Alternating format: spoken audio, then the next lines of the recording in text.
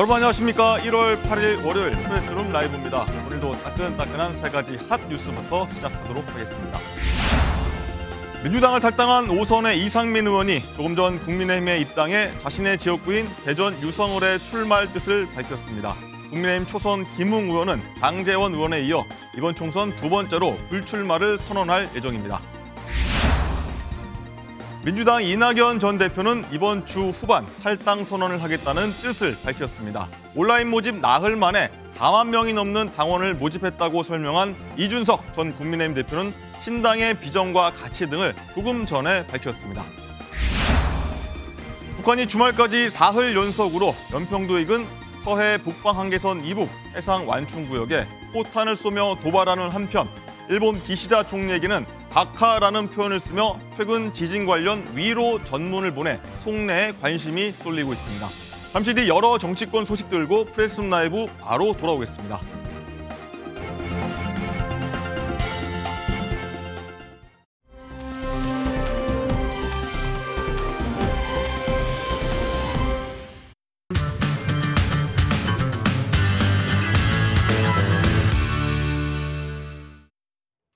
네, 정치권 이슈 다루는 이슈집입니다. 저희 프레스룸 라이브의 뉴스 핵심 관계자 여러분들 많이 나오셨습니까? 안녕하십니까? 네, 안녕하세요. 네, 이재명 대표, 민주당 대표 얘기부터 바로 하도록 하겠습니다.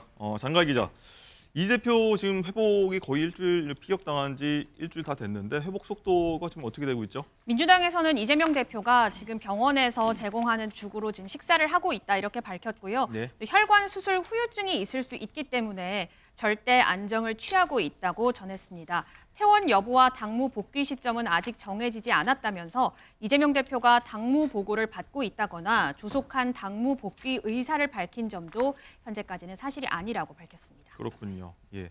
박상희 교수님, 근데 이재명 대표 회복과는 별개로요. 이 대표 헬기 이송 논란이 지난주에 계속 얘기했었는데 이게 점점 사그라들지 않고 있어요. 네, 그렇습니다. 네, 끝나지가 않네요. 지역 의료계의 반발이 계속 이어지고 있습니다. 지금 6개 지역에서 성명문을 냈어요. 일단 소아청소년과 의사회에서는 이런 발표를 했습니다. 부산대병원, 서울대병원보다 인력이 부산대병원이 더 우수하고 시설도 우수하다. 그런데 이재명 대표 측이 국민의 세금을 낭비하면서 서울대, 부산대 업무 방해를 했다라고 얘기를 하면서 오늘 업무 방해 혐의로 고발하겠다라고 밝혔고요. 그리고 부산, 서울, 전북 의사회에서는 지역 의료의 무시, 의료 전달 체계 짓밟았다. 그리고 경남 의사회에서는 의료 헬기 닥터 쇼핑용이 아니다. 네. 네, 그리고 광주 의사회에서는 지역 공공의대 입법 등 지키지도 못할 정책을 추진한다. 대전시 의사회에서는 지역 의사제를 외치고서는 지방 의료를 무시한 모순적 행태다라고 주장했습니다. 네, 전국의 여러 의사회에서 좀 반발을 하고 있는 것 같은데 소영주 부대변인, 네. 상급 종합병원인 이 부산대병원, 서울대병원으로 이제 헬기 이송 자체가 사실 그 전에 없었다고 하지 않습니까? 이재명 네. 대표가 처음이라서 뭐 이런 얘기는 나오는 것 같은데 뭐 굳이 이송해야 했다면 지상에 이제 구급차를 했어야 되는 그런 거 아니냐 이런 논리들인데 지금 사태 어떻게 보고 계세요? 저는 이게 고발까지 할 사태인가 싶어요. 그러니까 이거에 대해서 어떤 우려를 표하거나 어떤 이런 문제에 대해서 지적은 할 수 있지만 네. 이걸 무슨 그 야당 대표가 정말 불의의 피습을 당해서 거의 암살을 당할 뻔한 거 아닙니까? 그래서 생명이 정말 왔다 갔다 하는 상황에서 지금도 지금 병실에서 위중한 상태고 면회도 안 된 상황인데 네. 그런 야당 대표에 대한 피습에 대한 어떤 그런 배경이나 어떤 사건에 대한 수습보다 무슨 헬기 부분을 가지고 이렇게 난리를 칠 일인가. 저는 최근에 홍준표 대구시장이 했던 말이 맞는 얘기예요. 뭐라고 했죠? 홍준표 대구시장이 그러셨더라고요. 그러니까 이게 이제 제1야당 대표가 국가전 서열상 총리급에 해당하는 것으로 알고 네. 있다. 그리고 사람 생명을 가지고 이렇게 정쟁화하는 것도 참 비참한 일이다. 그리고 지금 헬기 이송 부분에 있어서 하는 특혜십이 유치하다. 이런 식으로 얘기를 했습니다. 그러니까 지금 현재 있어서 지방의료 활성화 부분을 주장할 수는 있으나 이 부분이 정말 야당 대표가 암살 시도 당한 이 부분에 대해서 주목을 안 하고 헬기의 특혜냐 아니냐. 이거는 좀 본질과 너무 동떨어졌다. 저는 그렇게 생각합니다. 네. 의료계에서는 이 점을 조금 주목하는 것 같습니다. 이 대표의 이송이요. 민주당이 그간 추진해왔던 공공의료 정책과 좀 상반된다 이런 점을 지적하고 있는데 관련해서요 이재명 전 대표가 이제 대선 후보 시절에 관련해서 공약을 낸 게 있는데 그거 한번 목소리 듣고 오겠습니다. 지역 간 의료 격차를 적극적으로 해소하겠습니다. 무턱대고 일단 대학병원부터 찾고 우왕좌왕 이 병원 저 병원 옮겨 다니다 보면 의료 비용도 증가되고 치료 시기도 놓치는 그런 불이익이 발생합니다. 국민 누구나 차별 없이 제대로 된 의료 서비스를 받는 것이 공평한 나라를 만드는 기본이자 공정한 나라의 척도라고 믿습니다. 네, 이재명 대표가 2021년 12월 대선 후보 공약문을 발표하는 그런 순간이었는데 김재섭 위원장님 네. 일단은 그리고 이 정청래 의원이 네. 당시 이제 목은 민감한 부분이라서 후유증 고려해서 이제 수술 잘하는 곳에서 해야 된다 이런 말을 해가지고 이 지역 의료 비하 이런 게 아니냐 논란에 좀 기름 부은 거 아니냐 이런 지적이 좀 나오고 있어요. 그렇죠. 게다가 장경태 최고위원은 이 부산대병원 권역외상센터는 정말 비상응급 시에만 하는 데다라고 하면서 네. 오히려 이재명 대표가 그 정도로 응급 상황은 아닌 것이었다라는 식의 해석이 가능하도록 이야기를 한 바가 있다 보니까 오히려 더 논란이 커진 면도 있는 것 같습니다. 앞서서 우리가 자료화면에서 봤듯이 이재명 대표 스스로도 지역의 의료 격차를 해소해야 된다는 말 자체가 또 발목을 잡다 보니까 이 논란이 더 커졌던 것이거든요. 네. 그러니까 정청래 의원이나 장경태 최고위원이나 아니면은 이재명 대표 과거 발언들이 사실 이 논란에 오히려 기름을 붓고 있는 것은 사실이지만 앞서 서영주 대변인 말씀하신 대로 이 논란 자체가 이재명 대표의 피습이 다시는 있어서는 안 된다. 정치권에 이런 일은 발생하면 안 된다로 모여져야 되는데 그렇죠. 뭐 이것이 의전 논란이 어떻게 돼 있고 그 피습한 그 사람의 당적이 어딘가로 좀 논의의 흐름이 조금 이상하게 흘러가는 것 같긴 해가지고 그 부분 조금 안타깝긴 합니다. 네.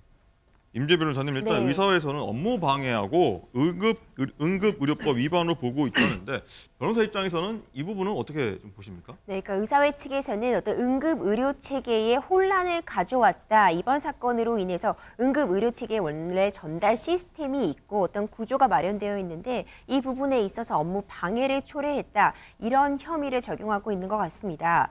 사실 우리나라 의료가 세계 최고 수준입니다. 예. 그리고 사실 이제 보험 같은 것도 잘 되어 있는 축에 속하기 때문에 의료 서비스 질 상당히 높은데 요즘 이와 관련된 사실 분쟁들이 많이 일어나고 있었던 것은 사실입니다. 네. 그러니까 예를 들어서 뭐 당장 지금 수술할 의사가 없어서 제때의 치료를 받지 못하는 그런 문제점들도 있었지만요. 경우에 따라서는 다른 곳으로 무리하게 전원을 요구한다거나 응급실에서 지금 응급한 순서대로 위중한 환자 순서대로 치료를 받아야 되는데 뭐 나를 먼저 치료해달라 내지는 우리 가족을 먼저 해달라고 하면서 소란을 피워서 문제가 발생한 적도 있고요.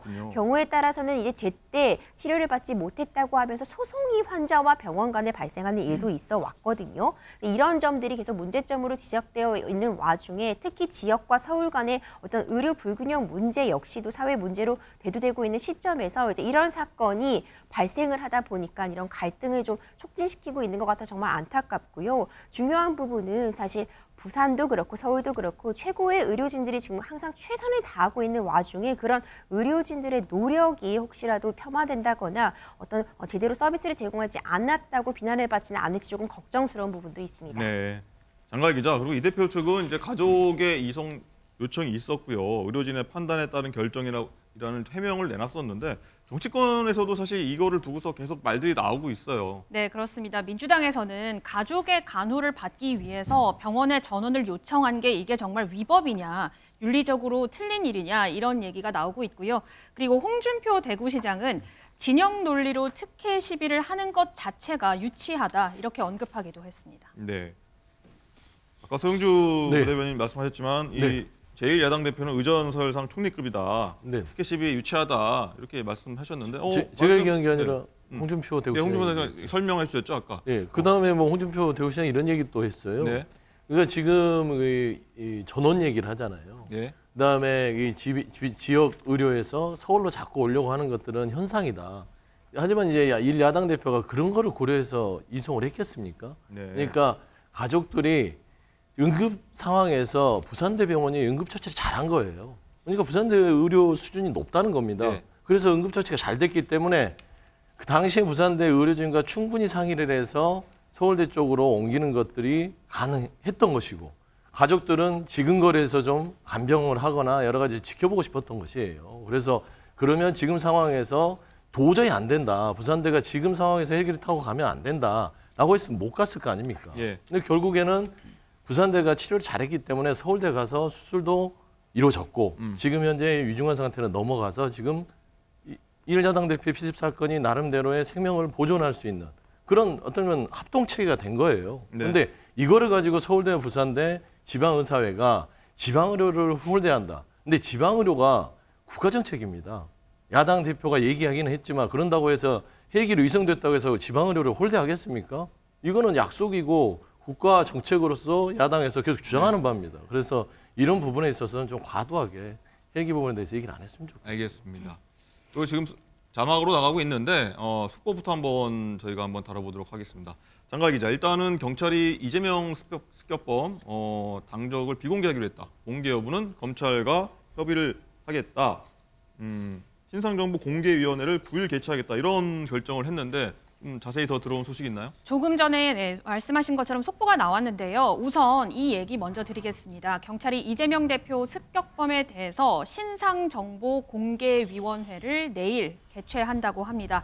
경찰은 김 씨에게 살인 미수 혐의를 적용한 만큼 이 혐의 자체는 신상 공개 대상에 포함된다고 판단을 한 것으로 보이는데요. 공개 범위는 이름, 나이, 얼굴이 될 것으로 보이고 있습니다. 그리고 아까 말씀하신 것처럼 이 당적과 관련해서는 경찰이 습격범의 당적을 비공개하기로 결론을 내렸고요. 네. 공개 여부는 검찰과 협의하기로 했습니다.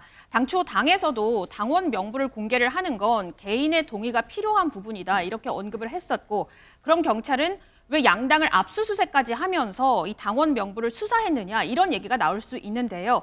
당적과 관련해서 이 피의자의 진술이 애초에 있었기 때문에 이를 공식 확인을 하기 위해서 경찰의 이런 압수수색이 있었던 거고, 그리고 두 번째는 수사기관이 당원 명부를 조사하려면 영장이 있어야 하기 때문에 이 같은 절차를 거친 겁니다. 네. 어쨌든 당적에 대한 관심이 계속 높아지고 있는데요. 양당의 목소리도 있거든요. 들어보시겠습니다.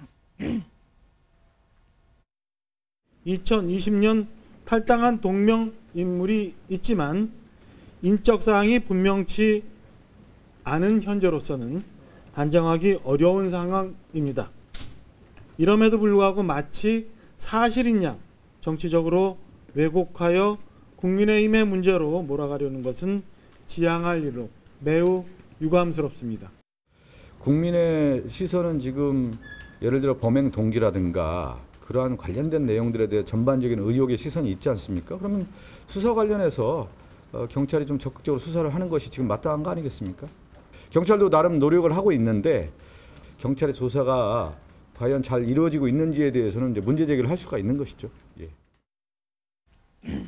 네, 임지혜 변호사님, 네. 일단은 정당법에 어긋날 수 있다는 이런 이유가 지금 나오고 있는데, 근데 경찰 내부에서는 또 당적을 밝히지 않고서 이거 범행 동기 어떻게 설명해야 되냐, 골치다 이런 얘기 흘러나오고 있다고 하더라고요. 네, 그렇습니다. 사실 문제가 되는 부분이 피습 당시에 이제 지지자인 것처럼 하고 접근을 했었잖아요. 예. 그러면서 이미 한번 당적이 어디냐가 논란이 된 상태에서, 그리고 이미 또 과거에는 어떤 당적을 갖고 있었고 현재는 어디였다 이런 얘기들이 흘러나오긴 했습니다. 그렇기 때문에 혼란이 더 가중되고 있는 것 같은데요. 기본적으로 정당법에 보면은 수사기관이 수사 과정에서 알게 된 당적을 공개하지 못하도록 되어 있는 규정이 있는 건 맞습니다. 하지만 관련해서 실제로 뭐 처벌 사례라든가 판례로서 어떤 확정된 것을 찾기는 어려울 정도로 사실 많이 활용이 된다거나 실제로 거의 사문화된 법에 가깝다는 평가도 나오고 있었거든요. 하지만 이런 내용이 담겨 있는 것은 맞고요. 이에 맞서서 지금 이 정당을 공개해야 된다고 찬성론의 입장에서 보면은 국민의 알 권리에 해당하는 부분도 당연히 지적할 수 있겠고, 네. 지금 범행 동기에 대해서 여러 가지 추측이 나오고 있는 와중에 결국 범행 동기를 밝히는 것이 중요한데, 뭐 당원 명부 같은 것도 압수수색을 했을 것이고 휴대폰이나 노트북 같은 부분을 보면은 사실 당적 확인이 어렵지는 않을 것 같은데 이걸 비공개로 하면 오히려 더 혼란을 가중시키는 거 아니냐 이런 얘기가 나오면서 또 찬성 입장도 힘을 얻고 있거든요. 근데 중요한 부분은 지금 당적이 어디였는지와 상관없이 기본적으로 폭력은 절대로 허용될 수 없는 영역이기 때문에 일단 수사기관 입장에서는요, 좀 더 동기에 대한 조사가 확실히 이루어진 다음에 그 조사가 좀 완성된 후에 나중에 공개 여부를 결정해야 되지 않나 이런 식으로 생각하는 것 같고요. 네. 현 상태에서 섣불리 공개했다가 또 다른 추측이나 그런 의심들을 낳을 수 있기 때문에 좀 공개를 주저하고 있는 것이 아닌가 이런 생각이 듭니다. 김재섭 위원장님, 일단은 보면은 언론 보도의 상으로는 네. 이 습격범이 과거에는 국민의힘 당적이었고 현재는 민주당 당원은 맞다라고 일단 뭐 인터뷰나 뭐 보도가 나오고 있는데 검찰, 경찰 뭐 비공개하겠다, 협의하겠다 이렇게 하는 이유는 뭘까요? 아니 일단은 정당법에 규정된 대로 이 수사 중에 알게 된 어떤 사람의 정치적 성향들을 공개적으로 드러내는 것이 앞으로도 나쁜 선례를 남길 수 있다는 우려는 있습니다. 그러니까 정치 성향이라고 하는 것은 사실 내심의 영역에 갇혀져 있는 것들이 많은데 그걸 강제로 대중께 공개하는 것은 이번 사안 같은 경우야 뭐 알 권리라는 이야기를 할 수가 있겠지만은 다른 일반적인 수사에서도 어떤 정치 성향이 드러났는데요. 때로는 뭐 정당 가입 여부가 드러났는데 그것을 공개적으로 한다는 것이 오히려 수사를 받는 입장에서는 전혀 무관한 나의 정치 성향을 드러내야 된다는 부담감들이 있기 때문에 저는 나쁜 선례를 남길 수 있다는 것이 첫 번째고요. 이번 사건과 같은 경우에는 저 사람의 그 당적이 국민의힘이면 어떻게 되고 민주당이면 어떻게 됩니까? 민주당으로 밝혀졌다고 한다 그러면 민주당 출신의 누군가가 이재명 대표를 피습했구나. 여기서 끝이 날 거고요.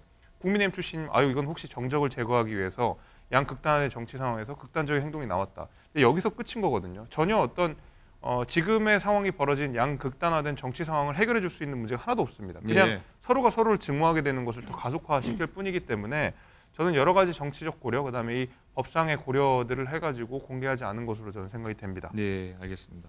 그리고 박상희 교수님, 네.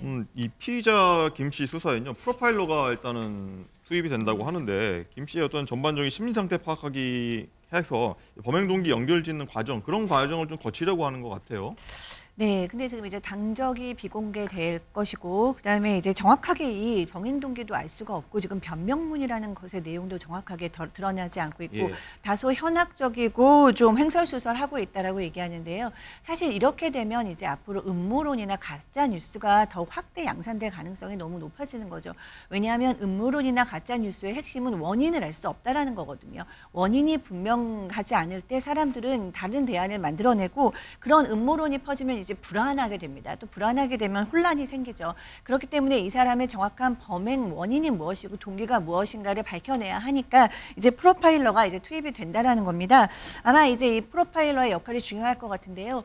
프로파일러는 이 피의자와 대화를 하고 또 그의 행동을 분석하고 또 심리 검사까지도 하게 될 것입니다. 그래서 범행을 이제 찾아내게 될 것이고 그러면서 이 사람의 심리는 무엇이고 논리는 무엇인가에 대해서도 밝혀내게 될 것입니다. 또한 중요한 것은 거짓말을 벗겨내는 건데요. 어느 정도까지 거짓말을 하고 있고 어느 정도 어느 선에서가 진실이냐를 밝혀내게 됨으로써 팩트를 찾게 되고 그래야 이 사건이 우리 국민에게 훨씬 더 편안하게 인식이 될 수 있는 과정일 겁니다. 네, 임재 변호사님, 일단 범행 전날에 피의자 김 씨를 태워준 외제차가 있지 않습니까? 뭐 주말에 굉장히 떠들썩했는데 네. 이건 뭐 처음 만난 뭐 같은 당원 사람이다라고 결론이 났는데 네. 또 방금 속보를 보면은 범죄 관련성은 없다 이렇게 결론이 났는데 일단 그러면 단독 범행으로 뭐 무게가 좀 실리는 것 같다고 봐야 될 것 같아요. 네, 현재까지는 추가적으로 어떤 공범이 있다거나 어떤 사주를 받아서 움직인 건 아니지 않냐 이런 추측들이 나오고 있습니다. 네, 추가적으로 지금 이제 조사가 진행 중이기 때문에 이 부분은 지켜봐야 될 것 같고요. 당일날 그리고 전날 이제 행적을 보면은 1월 1일 새해 그러니까 피습 사건 하루 전날도 굉장히 바삐 움직였잖아요.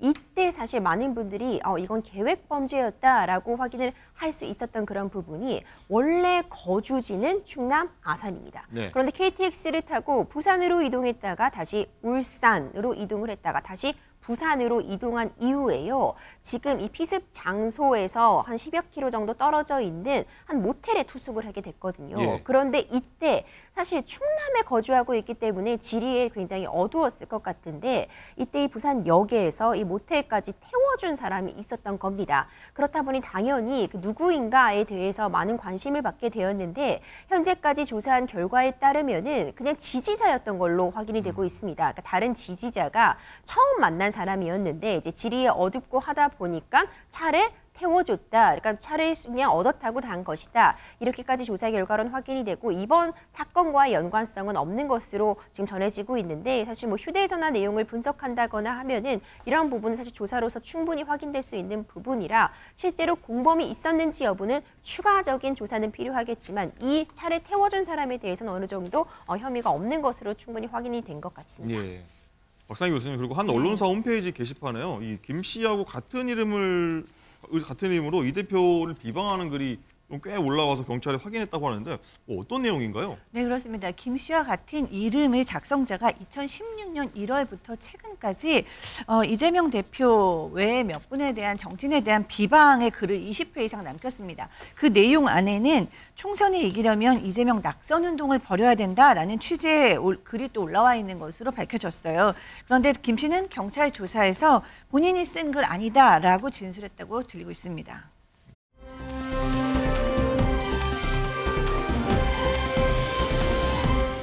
자, 민주당 상황도 한번 살펴보도록 하겠습니다. 자, 장가 기자. 일단 어제 이낙연 전 민주당 대표가요.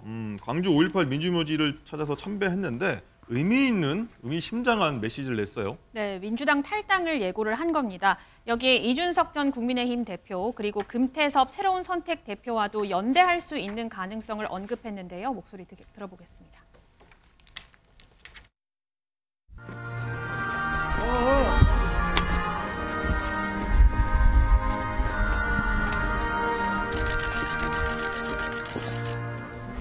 저도 거취에 대해서는 분명히 하는 것이 옳다고 생각합니다. 제 짐작으로는 이번 주 후반에는 제가 인사를 드리고 용서를 구해야 하지 않겠나 생각합니다.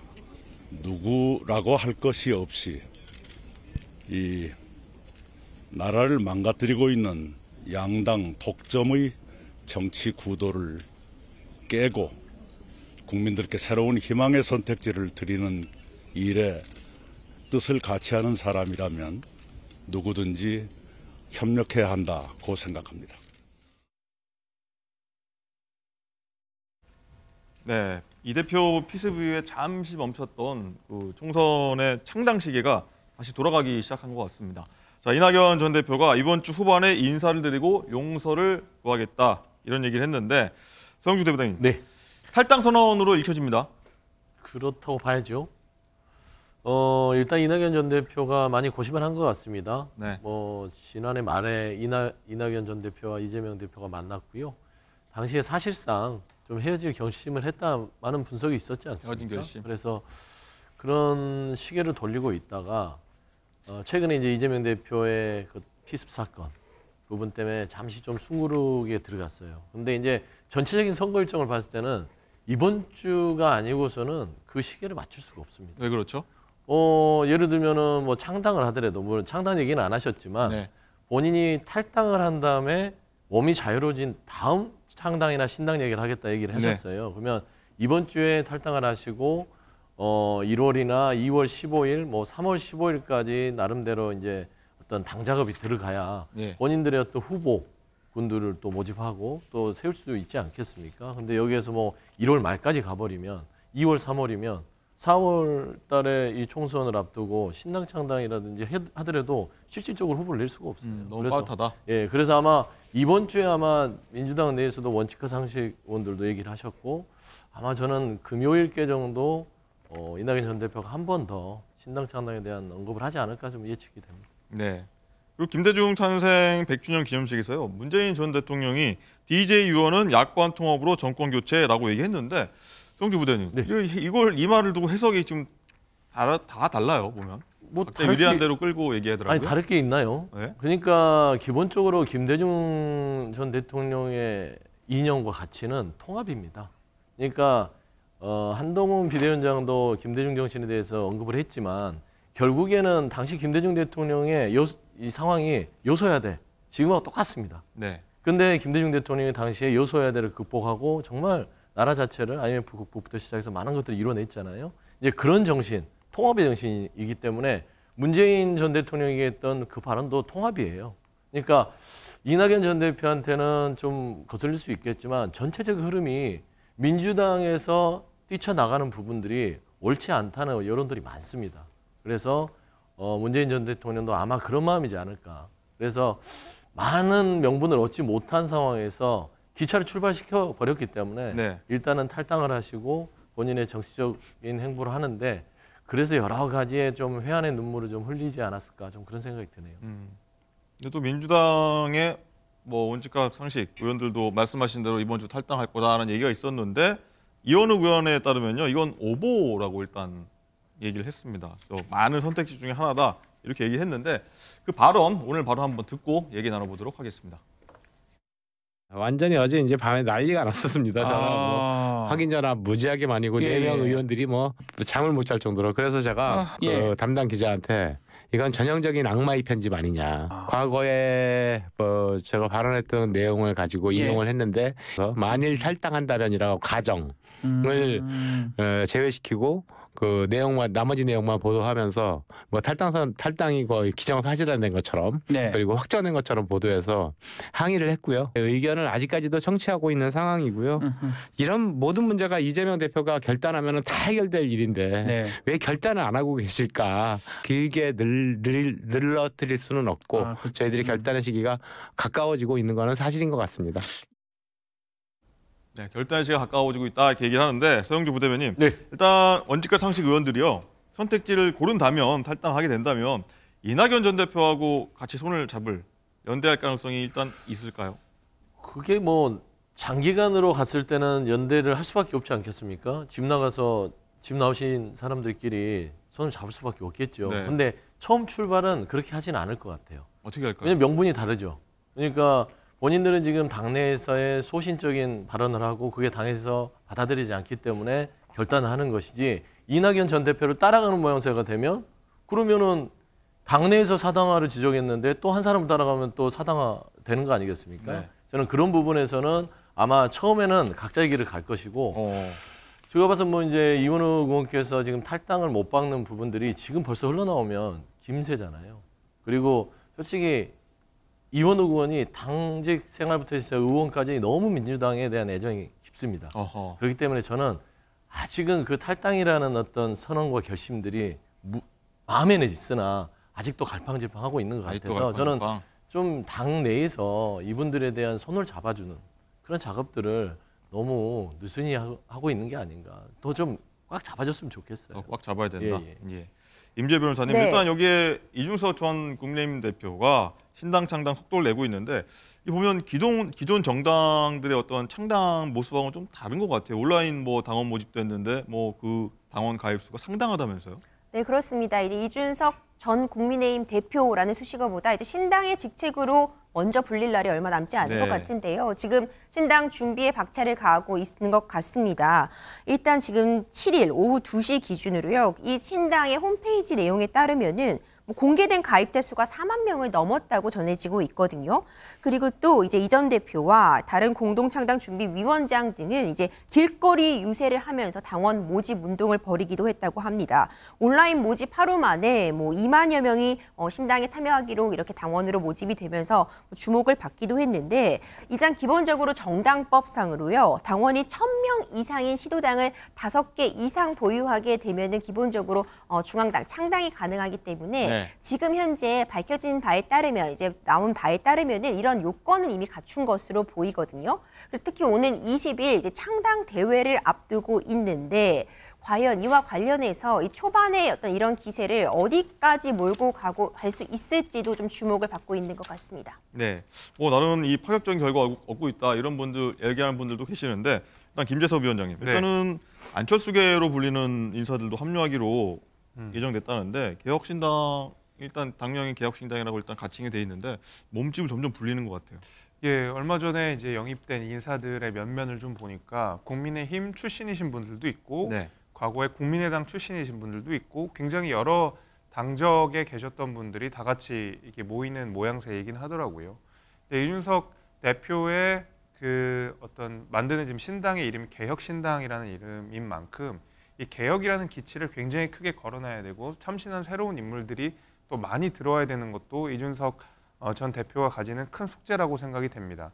지금까지 굉장히 빠른 속도로 신당의 세력을 불려왔고 또 인재 영입도 지금 시작을 하고 있는 상황이지만은 앞으로 이제 공천 때가 돼가지고 예를 들면 당에서 튕겨 나오시는 분들도 네. 분명히 있을 거고 그렇게 되면 이낙연 신당과는 또 다르게 또 보수 진영에서 내지는 이준석 대표 신당에 참여하고 싶은 분들이 이제 생기기 시작하면 조금 더 새는 더 커질 수 있겠지만은 이준석 대표가 이야기하는 개혁의 기치를 확실하게 내세우기 위해서는 또 다른 또 새로운 인물들이 많이 수혈돼가지고 새로운 면면들이 전면에 나서는 것도 아마 굉장히 큰 숙제로 남아 있을 거라고 생각이 됩니다. 네. 국민의힘 인사로서요. 이 같은 당 분들 뭐 좀 어떻게 얘기 나옵니까? 이준석 신당 얘기를 뭐 합류하겠다 아니다 뭐 말들이 많이 나올 것 같은데.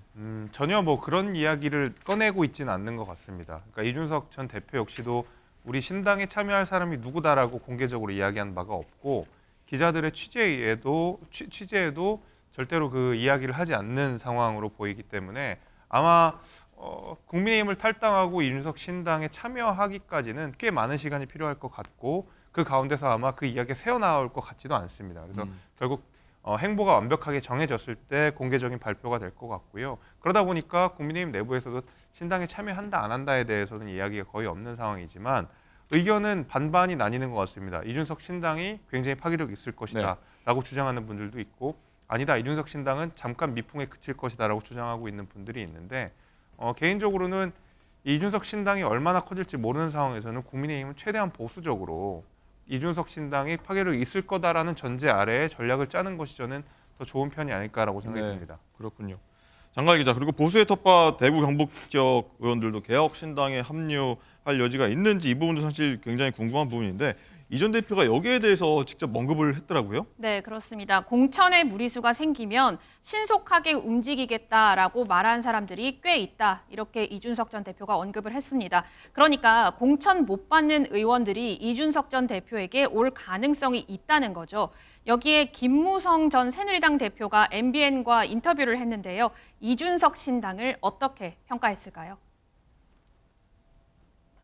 아직 대구 시민들의 정서를 잘 모르고 그렇게 생각하는 것 같은데 절대 이준석 대표의 탈당과 신당 창당은 대의 명분이 약하기 때문에 큰 힘은 받지 못한다라고 생각되는데 단 이 문제는 우리 당에서 공천을 잘하면은 이준석 신당이 힘이 약화될 것이고 우리 당에서 공천을 또 분열하는 잘못된 공천을 하게 되면은 이준석 신당 쪽으로 많이 몰려갈 수도 있다 하는 전망을 할 수 있습니다.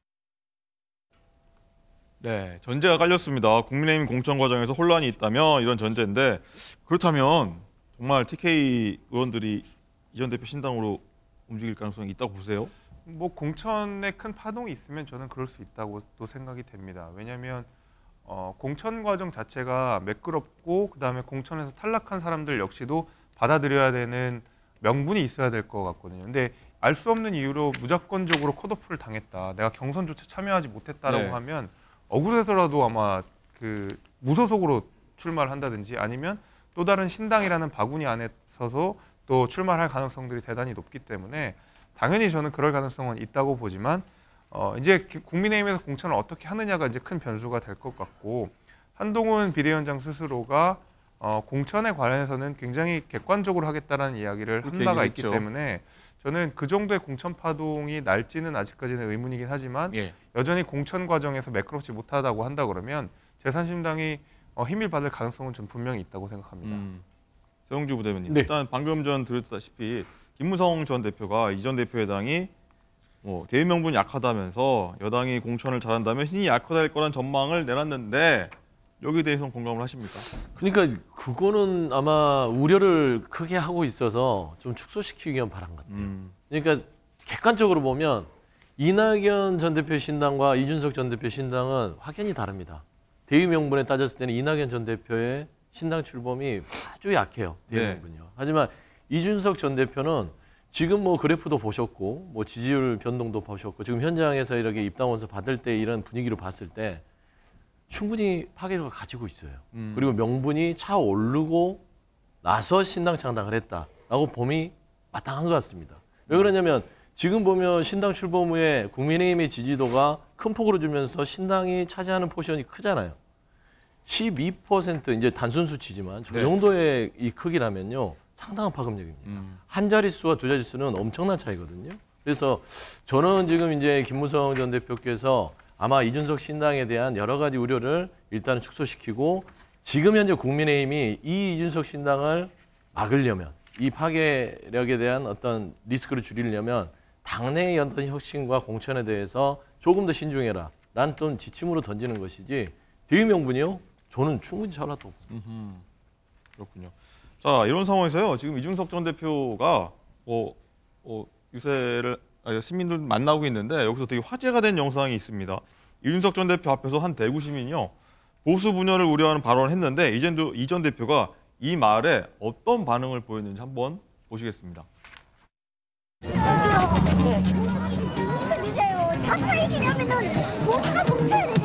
지금 대통령이 보수 제대로 하고 있으면 이런 안 생깁니다. 임대수 위원장님, 일단은 뭐 굉장히 화제가 됐는데 뭐 대통령 탓으로 일단은 돌려버리는데 어떻습니까? 소신을 밝힌 거라고 보십니까? 뭐 또 잘못 얘기했다 이렇게 보십니까? 이준석 대표의 창당 명분 자체가 지금 현재 뭐 보수 대통령이 잘 못하고 있다라는 것이 그리고 제대로 된 보수의 가치를 세우겠다라고 하는 것이 이준석 전 대표의 창당 명분이기 때문에 아마 유권자에게도 저렇게 조금 매몰찬 이야기를 한 게 아닌가라고 생각이 됩니다. 왜냐하면 그건 신당 창당 자체의 목적이기 때문에 그렇긴 하지만은 그럼에도 불구하고 조금 냉정한 느낌은 있었다. 좀 따뜻하게 알겠습니다. 뭐 그렇죠. 잘 해보겠습니다. 했었으면 더 좋았지 않았을까라는 아쉬움을 전달해 봅니다. 정지 부대는 어떻게 보셨습니까? 아니 뭐 틀린 말은 아니죠. 그러니까 정확하게 이거예요. 이준석 전 대표의 명분이 정말 파괴력이 있을 수밖에 없는 건 현 윤석열 대통령의 지지율이 높다면 명분이 있을 수가 없잖아요. 그런데 30%대의 어떤 국정 지지율을 끊임없이 하고 보수가 보수를 봤을 때도 창피하다. 이준석 전 대표가 그랬잖아요. 본인이 도와서 뽑아놓고 나서 이제 와서 이렇게 후회할 일이 생길지 몰랐다. 후회스럽다는 거예요. 부끄럽다는 거예요. 결국에는 정확하게 개혁신당에 대한 기치는 현 보수를 제대로 세우고 진짜 보수로서 본인이 자리마감하겠다. 라는 것을 저는 표현했다고 봤을 때는 좀 시민한테 매몰차게 했을 수도 있지만 이준석 전 대표의 스타일대로 솔직하게 얘기한 것이다. 솔직하게 얘기했다. 평가하고 싶습니다. 그렇군요. 김재수 위원장님, 그리고 내일 양양자 한국의 희망 대표 출판 기념회가 열리는데 여기에 이준석 전 대표, 그리고 이낙연 전 대표, 그리고 금태섭 의원 한 자리에 다 모입니다. 뭐 양금석이라고 하지 않습니까? 제3지대 연대, 뭐 이 자리에서 굉장히 좀 뭐 의심장한 일이 벌어질까요? 얘기를 오갈까요? 그렇죠. 이제 물리적 결합에 넘어서 얼만큼 화학적 결합을 일으킬 것이냐가 제일 중요한 문제인 것 같습니다. 그러니까 이준석 전 대표가 주장하고 있는 그다음에 본인이 내세우고 있는 정치적 이념이나 노선 같은 것들이 사실은 금태섭 전 의원과는 많이 다른 부분들이 있거든요. 대표적으로 제가 말씀을 드리는 것은 예를 들면 페미니즘 이슈와 관련돼서는 이준석 전 대표와 금태섭 전 의원은 거의 대척점에 있는 분들입니다.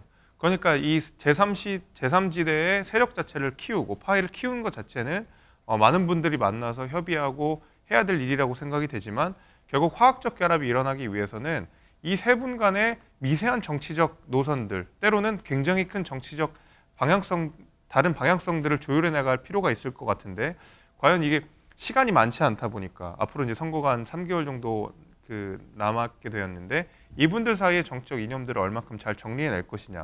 예를 들면 제3신당이 나와가지고 어떤 정강정책이라든지 당원 당규를 발표해야 되는데 거기서부터 거대한 충돌이 있을 수 있거든요. 이런 것들을 얼마큼 조율해 나가고 그 산을 넘을 것이냐가 이준석 전 대표에게 남겨진 가장 큰 숙제 중에 하나라고 저는 생각이 됩니다.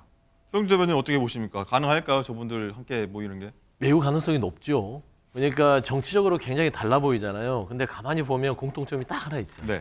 그게 뭐냐면 김종인 전 비대위원장이 뒤에 있다. 아까 자료면에서도 보셨지만 이분들을 화학적이든 물리적이든 결합시키는 분은 김종인 전 비대위원장입니다. 저는 이분들의 각자의 정치적인 선택과 여러 가지 신당 창당의 움직임들은 그 뒤에는 김종인 전 비대위원장이 빅텐트에 추장으로 있는 거예요. 실제로 움직이고 있나요? 저는 그렇게 봅니다. 다 만나셨고 실제로도 만나서 회의도 하고 또 여러 가지 정치적 의견들을 나누고 있는 것으로 제가 알고 있어요. 그러니까 저는 따지고 보면 3지대 빅텐트는 김종인 신당이다. 저는 그렇게 좀 보고 있습니다. 흥미롭군요. 한번 계속 지켜보도록 하겠습니다.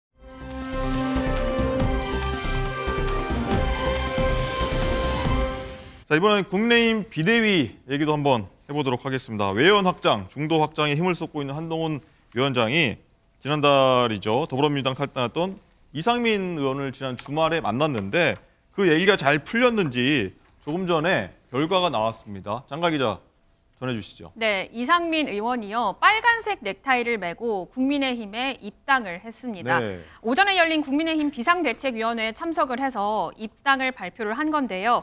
이상민 의원은 앞서서 오늘 한 아침 라디오 인터뷰에서 당을 바꾸는 데 대한 심적 부담감도 있고 주변의 만류도 있고 저항감이 작용해서 정말 쉽지 않았지만 한동훈 위원장과의 만남이 오랜만에 벗을 만나 의기투합하는 느낌이었다라고 말을 했습니다. 이에 대해서 민주당에서 계속해서 지금 얘기가 나오고 있는데 민주당 김용민 의원이 철새 정치인 철저히 심판해야 한다 이렇게 반응하기도 했습니다. 네. 어찌됐든 오늘 한동훈 위원장은 이상민 의원의 입당을 축하했거든요. 그 현장으로 가보시죠.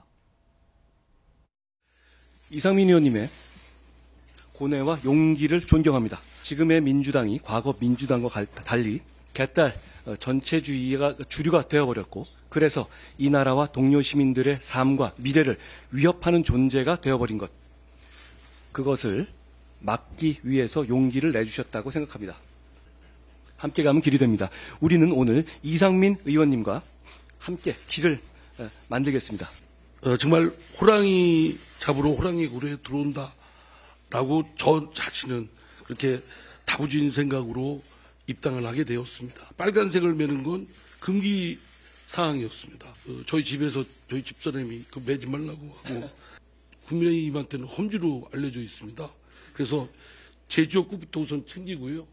또 제 인접 지역인 대전 지역 그리고 나가서 옆에 있는 세종, 충남, 충북, 중천권 또 중부권에 제가 미력이나마 갖고 있는 노력을 해서 그 총선 승리의 역할을 좀 조금이라도 평가를 받고 싶습니다.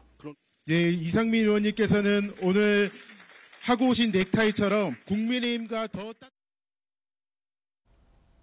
이상민 의원이 빨간색 넥타이 본 게 좀 아직은 좀 뭐랄까요 낯선 분위기, 생경한 모습입니다. 김재석 위원장님, 네. 일단 이상민 의원이 대전에서 5선 했지 않습니까? 네, 대전 네. 유성을에서 5선 했는데 거기 지금 나가겠다는 거예요. 네. 대전 지역에 사실 국민의힘 좀 약했지 않습니까? 엄청 많이 험지가 교두보가 됐죠. 될 예. 것 같기도 하고 근데 어떻게 보십니까? 이상민 의원이 5선이시고 그 한 지역구에서 꾸준하게 당선이 되어하셨던 걸 생각해 보면 국민의힘의 험지임에도 불구하고 그래도 승리 가능성이 상당히 올라간 건 아니냐라고 생각이 되거든요. 사실은 만약에 이상민 의원이 그 지역에서 무소속으로 출마를 한다고 했을 때 내지는 또 다른 제3신당으로 나간다고 했을 때 국민의힘 당적을 가지신 분이 저 지역에서 승리를 하기는 대단히 어려웠을 거라고 생각합니다. 웬만큼 강한 바람이 불지 않고서는. 그렇다고 했을 때 저 지역에 누군가 국민의힘에서 공천이 돼야 될 거고 국민의힘이 저 지역의 한 적을 뺏어와야 되는 사명이 있다고 한다 그러면 이제 이상민 의원이 가장 적합한 분인 것은 사실입니다. 그래서 국민의힘 의석수를 하나 더 가져오시는 데 일조를 하셨으면 하는 바람이 있었고 저는 사실 국민의힘 입당을 이렇게 빨리 하실지는 몰랐거든요. 왜냐하면 이 민주당을 탈당할 때에 내놓으셨던 이야기는 사실은 이재명 대표 체제의 민주당을 비판하는 것이었거든요. 그러다 보니까 제3신당으로 갈 가능성도 있다. 그러니까 국민의힘으로 가겠다가 아니라 지금의 민주당은 안 된다라고 주장하셨기 때문에 저는 오히려 제3신당으로 갈 가능성을 더 높게 치기도 했는데 국민의힘과 그러니까 한동훈 비대위원장과 이 만남 이후에 입당식이 이루어진 걸로 봐서 빠르게 결정을 하신 걸로 보이고 이제 한 식구가 되셨으니까 그 대전 지역의 그다음에 충청도 지역 전체에 좋은 바람을 일으켰으면 하는 바람을 갖고 있습니다. 정영주 부대변인, 이상민 의원 얘기 나올 때마다 이렇게 좀 웃고 계신데 예전에 저희 방송 때 한번 가소롭다는 얘기를 한번 이상민 의원한테 들은 적이 있었는데 일단 한 위원장 제안에 이상민 의원이 발빠르게 반응을 일단은 일사천리로 했다고 보여지는데 이런 모습들을 어떻게 좀 보셨습니까? 가소로운 후배가 한마디 드리면 참 부끄럽다. 정치 꼭 저렇게 해야 되나 싶어요. 그러니까 아까 이제 김재섭 위원장이 얘기를 했지만 본인이 민주당에 있으면서 이재명 대표에 대한 쓴소리를 한 거는 정말 당이 잘 되기 위해서 했다고 끊임없이 주장했습니다. 근데 이제 드러났잖아요. 결국에는 국민의힘에 입당하기 위해서 그렇게 피 맺힌 울음을 했던 소쩍새가 된 겁니다. 울다 지쳐서 진짜 목이 쉰 것 같은데요. 제가 봐서는 그거예요, 명확하게. 한 번 더 육선하고 싶어. 나 국회의원 한 번 더 하고 싶어. 그 얘기잖아요. 그다음에 그래서 난 국회의장 되고 싶어. 이 얘기를 솔직하게 했었으면 좋은데 왜 당에 무슨 애정이 있는 것처럼 그렇게 오랫동안 당내에서 분란을 일으키고 탈당을 하고 국민의힘 입당해서 가문의 영광이라고 표현을 하더라고요. 이렇게 당적 옮겨가면서 철새 정치인이 가문의 영광이면 도대체 뭐 가문까지 얘기하지는 않겠지만 창피한 일이지 않겠습니까? 저라면 저렇게 정치를 안 하겠다라는 좀 생각이 들고요. 삼지대로 갔으면 그나마 명분이 있었죠. 그러니까 민주당에 대한 어떤 정치적인 부분들이 좀 본인이 성취할 수 없는 부분이 있다. 그렇기 때문에 새로운 정치를 위해서 삼지대에서 뭔가를 내가 정치적 뜻을 펼치겠다 하면 되는데 국민의힘 입당한 거 보면은 야 정말 민주당에서 오랫동안 국민의힘으로 입당하기 위해서 많은 잘못된 일을 잘못된 말씀들을 했구나라는 좀 생각이 들어서 다시 한번 말하지만 정치 후배로서 매우 부끄럽습니다. 네. 총선 때 그리고 총선 이후의 모습 한번 저희가 한번 지켜봐 보도록 하겠습니다. 자 이런 가운데요 한동훈 비대위원장이 오늘 행사장에서 문재인 전 대통령과 만남을 가졌는데요. 그 관련 영상 보고서 저희가 그 다른 얘기 한번 해보도록 하겠습니다.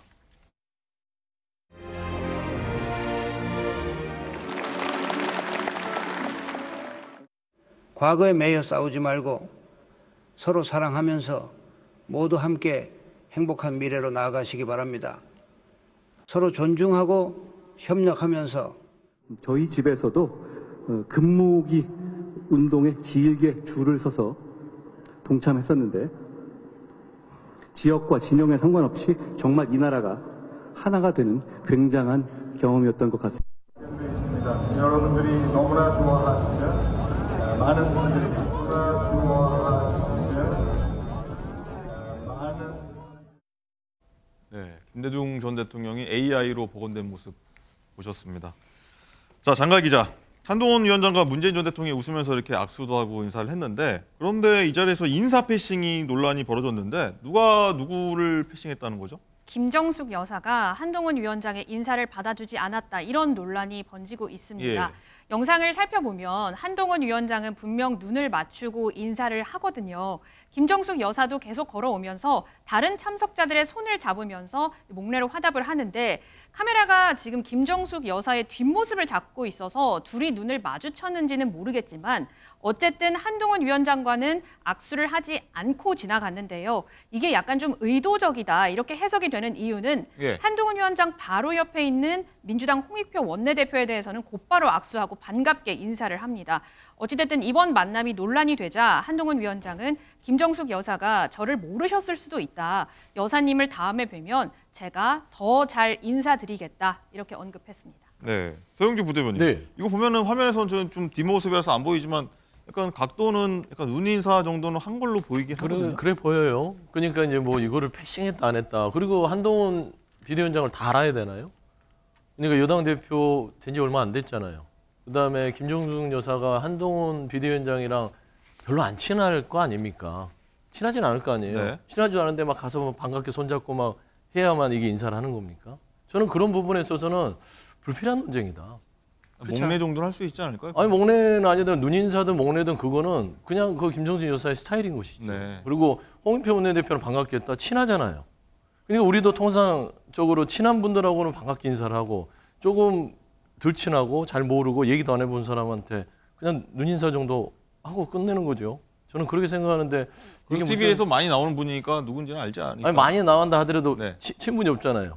그런 데서 제가 만약에 연예인을 만나요. 뭐 연예인한테 가서 제가 막 반갑게 하고 제가 TV에서 많이 봤습니다 합니까? 네. 그거 아니잖아요. 그러니까 이런 부분들은 그냥 지나가는 게 낫다. 저는 그런 말씀 드립니다. 아니, 보통 네. 근데 뭐 사이가 안 좋다 하더라도 여당 대표격인 비대위원장을 보면 통상 반가운 척이라도 하는 것이 뭐 정치인의 덕목이고 물론 김정숙 여사 직접 정치를 하신 건 아니지만 민주당에서 굉장히 상징적인 분 아닙니까? 그리고 저 자리에서 많은 사람들이 지켜보고 있는 가운데 저렇게 악수 하나 건네지 않고 목례도 하지 않고 그냥 지나쳤다라고 하는 것은 설령 눈인사만 했다 하더라도 저는 결코 좋은 모습이 아니라고 생각합니다. 오히려 좀 너그럽게 이야기를 하면서 말이라도 한마디 건네는 게 오히려 여야의 협치라든지 그 문재인 대통령 스스로가 얘기한 통합에 더 맞는 얘기인 것이지 저렇게 그냥 뭐 보는 둥 마는 둥 하고 지나간 것은 글쎄요 뭐 보는 국민들께서 굉장히 좀 불편하시지 않았을까라는 생각이 좀 듭니다. 네. 보셨던 분들이라면 뭐 시청자 여러분들이 한번 판단할 수 있지 않을까 싶습니다. 자, 이 얘기도 해보겠습니다. 한동훈 위원장의 첫 인재 영입 대상도 발표가 됐습니다. 최초의 초등학교 교사 출신 교총회장 출신인 정성국 전 교총회장 그리고 학교폭력 소송 전문 박상수 변호사가 포함됐는데 김재수 위원장님 일단 평가하시면 어떻게 했습니까? 인재위 첫 키워드가 이제 교육 정상화 이렇게 좀 모아지는 것 같아요, 요약이. 예, 그렇습니다. 최근에 그 사교육 카르텔 척결이라고 하는 정부의 커다란 정책 기조, 방침이 있었고요. 그 가운데서 이제 여러 가지 우리가 킬러 문항 배제라든지 그 가운데서 공교육을 동시에 정상화해야 된다는 움직임을 같이 하고 있었던 것이거든요. 그런 의미에서 뭐 정성국, 박상수 이 두 분 같은 경우에는 공교육 정상화랑 맥이 닿는 분인 것은 분명한 사실인 것 같습니다. 게다가 최근에 한참 문제가 됐었던 서희초 교사 사건과 관련해서도 꾸준하게 목소리를 내셨던 분들이기 때문에 아마도 저는 그런 기조에 발맞춰서 이 두 분을 거의 최초로 한동훈 장관 1호 인재로 영입을 하게 된 것이 아닌가 이렇게 생각이 됩니다. 네, 하나 더 여쭤보면요. 박상수 변호사 과거 이력을 좀 보면은 참여연대 활동을 했는데 또 한동훈 비대위원장의 팬클럽 출신이란 그런 얘기도 있어요. 좀 독특한 것 같습니다. 네, 이제 한동훈 장관이 그 더 큰 정치적 역할을 해야 된다라고 꾸준하게 주장을 하셨던 분이고 아마 그런 면에서 맥이 좀 닿았던 것도 있는 것 같습니다. 그런 의미에서라도 아마 한동훈 비대위원장과 많은 이야기를 나눴고 1호 인재로 영입이 됐는데 뭐 이렇게 팬클럽 출신 이런 비판이 좀 나오고 있는 상황이고 그런 지적이 있는 상황 속에서 굳이 1호 인재였어야 되느냐에 대해서는 저도 약간의 의문이 있겠지만은 뭐 그분의 어떤 팬클럽 활동 이력보다는 어떤 정치적 행보들을 해왔는지를 그냥 조금 더 지켜보고 사후적으로 좀 평가를 해도 좋지 않을까 생각이 듭니다. 서영주 부대변인, 일단 보면은 참여연대 출신 분들이 국민의힘 쪽으로 몇 분이 지금 가고 계시잖아요. 비대위원도 있고 이런 현상들은 좀 어떻게 보십니까? 그건 뭐 이제 선택의 자유죠. 뭐 그런 현상들에 대해서 참여연대가 진보적인 부분에 있어서 많이 주장을 하지만 이 참여연대가 민주당을 편을 들거나 그러진 않습니다. 문재인 정부 시절에도 참여연대가 정부에 대한 비판이 날카롭게 나왔었어요. 그렇기 때문에 그 안에서는 정치적 성향보다는 본인이 지향하는 바에 대해서 이야기를 하는 것 같고 거기에 대해서 선택해서 가는 것인데 아까 봐서 이제 한동훈 팬클럽 활동했던 박상수 변호사 같은 경우는 조금 부적절하죠.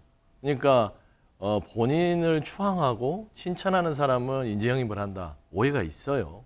이게 또 보면은 이게 뭐 꼭 일맥상통하지는 않지만 김건희 여사도 팬클럽 한번 논란이 있지 않았습니까? 김건희 여사 팬클럽에서 그 사람들 주변에 두고 쓴다 하는데 한동훈 비대위원장도 그걸 또 답습하는 건 아닌지 이런 논란에서 자유스러우려면 이 부분은 다시 한번 뭐 이영입은 했지만 뭐 크게 쓰였을 때 나중에 큰 논란이 될 수 있겠다 그렇게 보입니다. 국민의힘 입장에서는 뭐 코드가 맞는 인사라고 볼 수 해석 가능할 것 같기도 합니다. 자, 장관 기자, 한동훈 위원장이 이제 전국 순회 행보를 계속 이어가고 있는데 이번 주도 계속되는데 이재명 대표가 피습당한 부산에 1박 2일 순회 만남을 간다고 해서 굉장히 미묘한 분석 시점에서 만남을 가질 것 같다는 얘기가 나오고 있어요. 그렇습니다. 한동훈 위원장이 대전, 대구 이렇게 방문을 했을 때 당일 일정으로 방문을 하긴 했지만 사실 1박 2일 일정은 부산이 처음이거든요. 내일 모레입니다. 10일 그리고 11일 1박 2일 동안 한동훈 위원장이 부산을 찾는데요. 10일에는 청년 간담회를 하고 11일에는 부산에서 현장 비대위 회의를 개최를 합니다. 이번 한동훈 위원장의 1박 2일 부산 방문에 대해서 부산 엑스포 유치가 무산된 이후 나빠진 부산 민심을 달래려는 행보다라는 해석과요. 또 이재명 대표의 헬기 이송 구설로 인해서 좀 부산에서 민주당을 향한 민심이 출렁이고 있을 때 국민의힘이 점수를 확실히 얻겠다는 행보 아니겠느냐 이런 해석까지 나오고 있습니다. 네, 김재석 위원장님. 일단은 한동훈 위원장이 첫 현장 비대위도 부산에서 연다고 하는데 뭐 장관 기자 얘기했지만 부산 민심 달래기 또 잡기 전략이라도 볼 수 있을 것 같기도 해요. 물론이죠. 그 부산이 원래 이제 통상적으로 국민의힘 강세 지역으로 분류가 되지만은 저희가 뭐 그 엑스포 유치라든지 이런 여러 가지 문제에 있어서 난항을 겪었던 것은 사실입니다. 그러다 보니까 이제 지지율이라든지 이런 문제를 많이 흔들린 부분들이 있었고, 그러니까 말하자면 국민의힘 강세 지역부터 일단 차근차근 챙겨 나가겠다. 1박 2일이라고 하는 이 긴 시간 동안 머무르면서 부산의 민심을 좀 잡아야 되겠다. 여기부터 다지고 가야 되겠다는 의지가 좀 강력하게 보입니다. 되게 그 현장 비대위라고 하는 것은 상징성이 있는 곳에 먼저 하게 되거든요. 예를 들면은 뭐 부산에서 현장 비대위를 한다 했을 때는 부산시장에 뭐 재보궐선거가 열렸다든지 이런 식으로 특정 지역에 부산 어디인가에 뭐 선거가 열렸다든지 이렇게 해서 어떤 특별한 이슈들이 있을 때 현장 비대위를 많이 하게 됩니다. 이제 그런 경우에 하게 되는 현장 비대위가 부산에서 열린다고 하는 것, 게다가 1박 2일이라고 하는 것은 그런 어떤 이 부산 민심을 달랜다는 목적이 가장 큰 것으로 저도 해석이 됩니다. 네, 뭐 관심이 높을 것 같습니다.